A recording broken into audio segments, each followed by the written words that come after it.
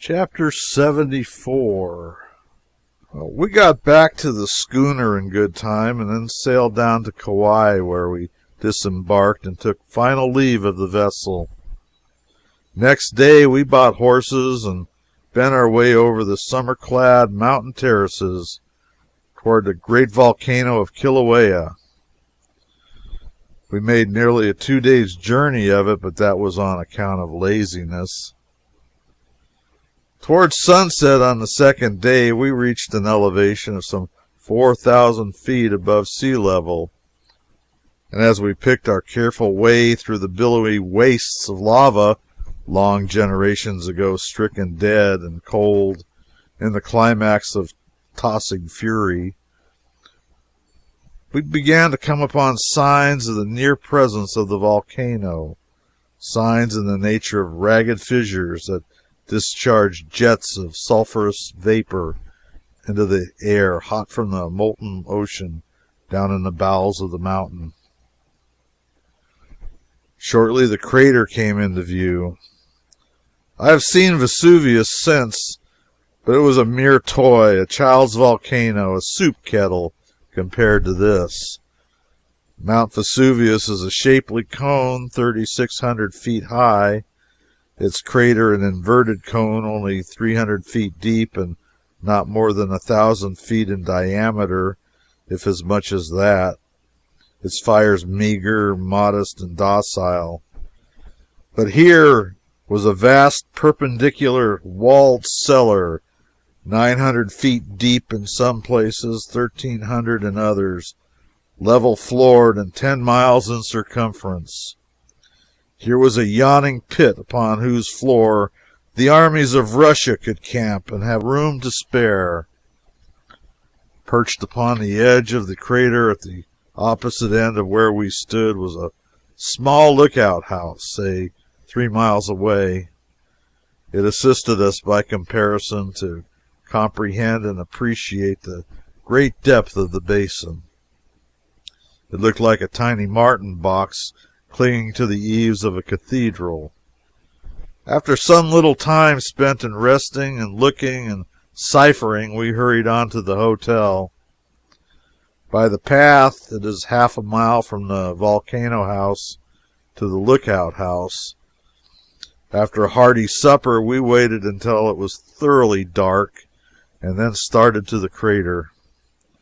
The first glance in that direction revealed a scene of wild beauty.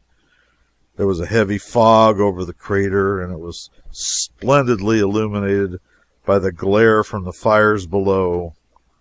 The illumination was 2 miles wide and a mile high, perhaps, and if you ever, on a dark night and at a distance, beheld the light from 30 or 40 blocks of distant buildings all on fire at once, reflected strongly against overhanging clouds, you can form a fair idea of what this looked like.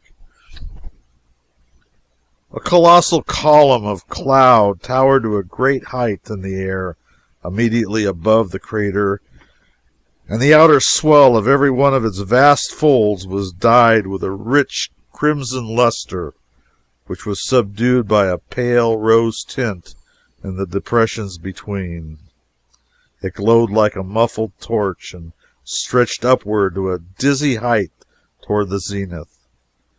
I thought it just possible that its like had not been seen since the children of Israel wandered on their long march through the desert so many centuries ago, over a path illuminated by the mysterious pillar of fire.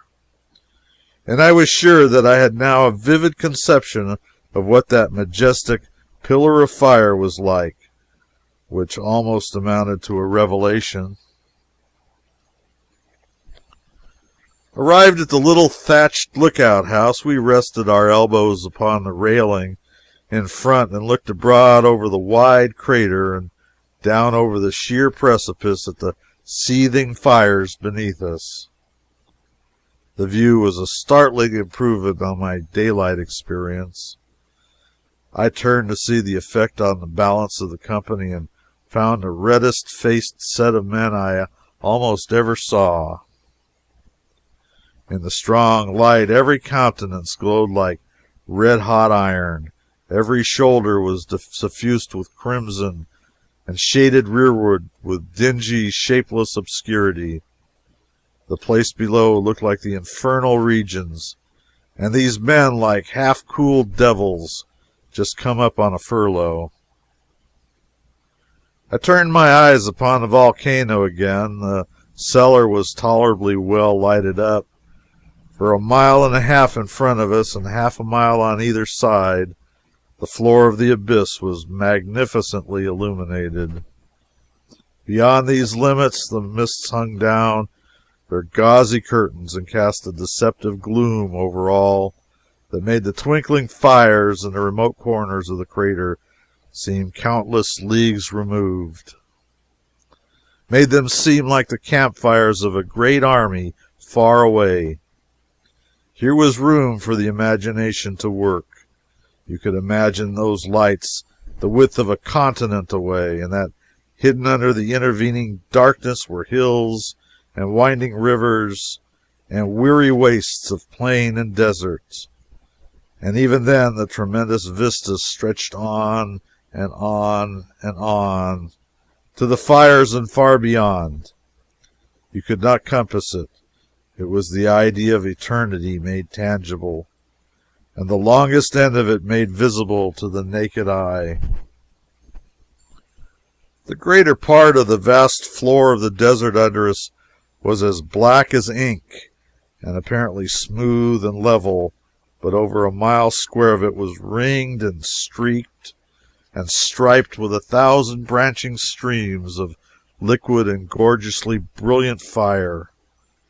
It looked like a colossal railroad map of the state of Massachusetts done in chain lightning on a midnight sky. Imagine it. Imagine a coal-black sky shivered into a tangled network of angry fire. Here and there were gleaming holes 100 feet in diameter, broken in the dark crust, and in them the melted lava.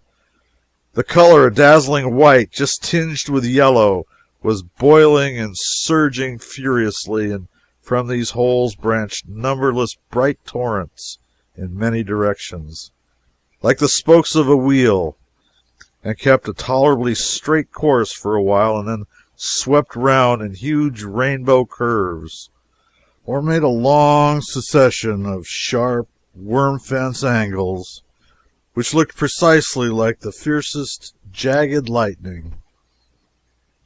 These streams met other streams, and they mingled with and crossed and recrossed each other in every conceivable direction, like skate tracks on a popular skating ground.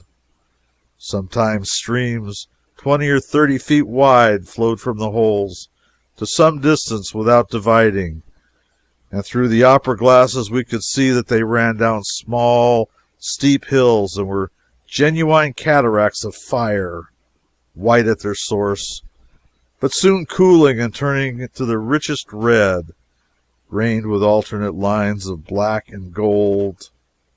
Every now and then masses of the dark crust broke away and floated slowly down these streams like rafts down a river.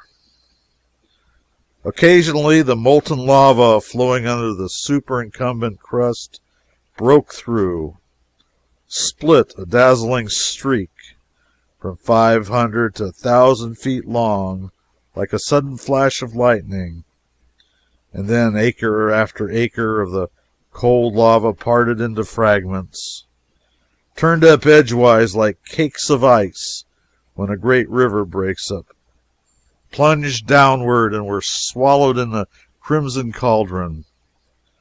Then the wide expanse of the thaw maintained a ruddy glow for a while, then shortly cooled and became black and level again.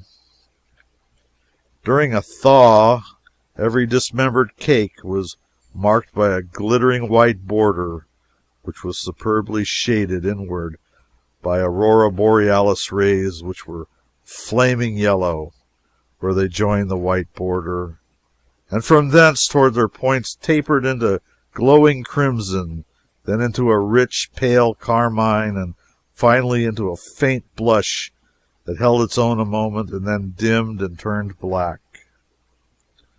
Some of the streams preferred to mingle together in a tangle of fantastic circles, and then they looked something like the confusion of ropes one sees on a ship's deck when she has just taken in sail and dropped anchor, provided one can imagine those ropes on fire.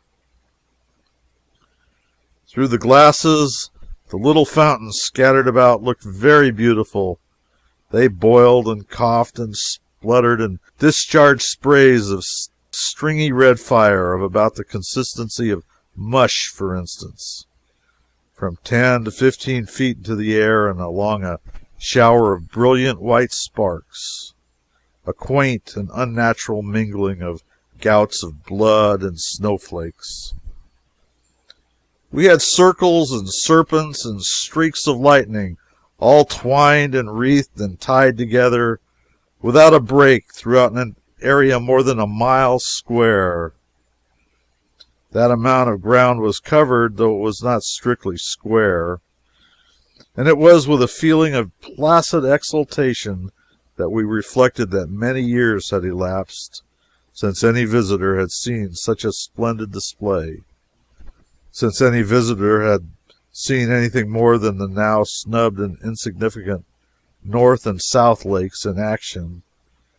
We had been reading old files of Hawaiian newspapers in the record book at the Volcano house, and were posted.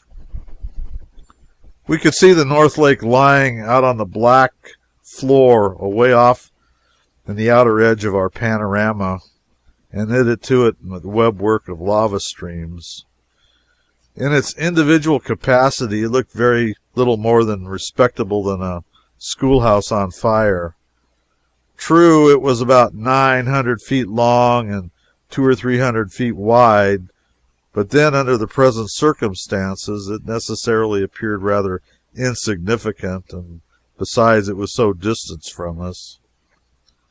I forgot to say that the noise made by the bubbling lava is not great, heard as we heard it from our lofty perch.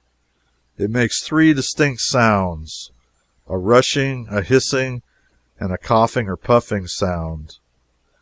And if you stand on the brink and close your eyes, it is no trick at all to imagine that you are sweeping down a river on a large, low-pressure steamer, and that you hear the hissing of the steam from her boilers, the puffing from her escape pipes, and the churning rush of the water abaft her wheel. The smell of sulphur is strong, but it's not unpleasant to a sinner. We left the lookout house at 10 o'clock in a half-cooked condition because of the heat of Pele's furnaces, and wrapping up in blankets, for the night was cold, we returned to our hotel.